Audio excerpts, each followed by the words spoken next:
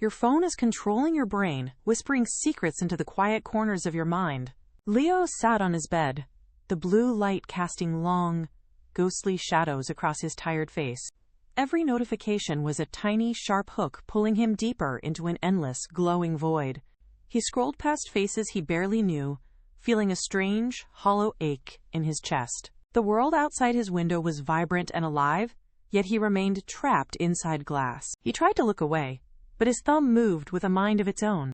The algorithm knew his fears, his desires, and exactly how to keep him perfectly still. It fed him bits of anger and shards of joy, keeping his pulse racing constantly. Leo felt like a marionette, his strings pulled by invisible signals from a distant tower. He wondered if he was still the one choosing, or if the machine chose him.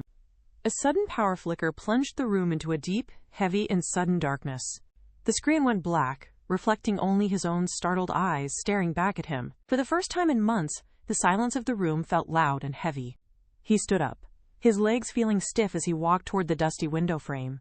He pushed the curtains aside, revealing a sky painted in shades of deep violet. The stars were burning bright, indifferent to the digital noise he had been consuming. He took a deep breath, the cool night air filling his lungs with pure life. The phone lay on the bed, a dark, dormant slab of metal and cold glass. He realized the power it held was only the power he had willingly surrendered. He walked out of his room, leaving the device behind in the quiet dark. Downstairs, the house was still, smelling of old books and the faint scent of rain. He stepped out onto the porch, feeling the rough texture of wood beneath his feet. A cricket chirped, a simple, rhythmic sound that felt more real than any digital beat. He watched a neighbor walking a dog, their laughter drifting softly through the night air.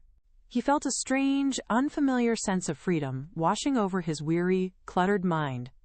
The urge to check his notifications flared, but he pushed it down with ease. He understood now that life happened in the gaps between the pings and alerts. The phone was a tool, not a master, and he was reclaiming his own story. He sat on the porch swing, watching the moon climb higher into the velvet sky. His thoughts began to settle, clearing like mist after a long and rainy morning. He remembered how to dream, without a screen, to guide his wandering, tired imagination. The world was vast, messy and beautiful, waiting for him to truly see it. He smiled, feeling the weight of the digital chains finally falling away from him.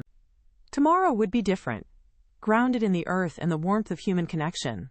He closed his eyes, listening to the symphony of the night, finally at peace. The phone remained silent, and for the first time, Leo was finally truly free.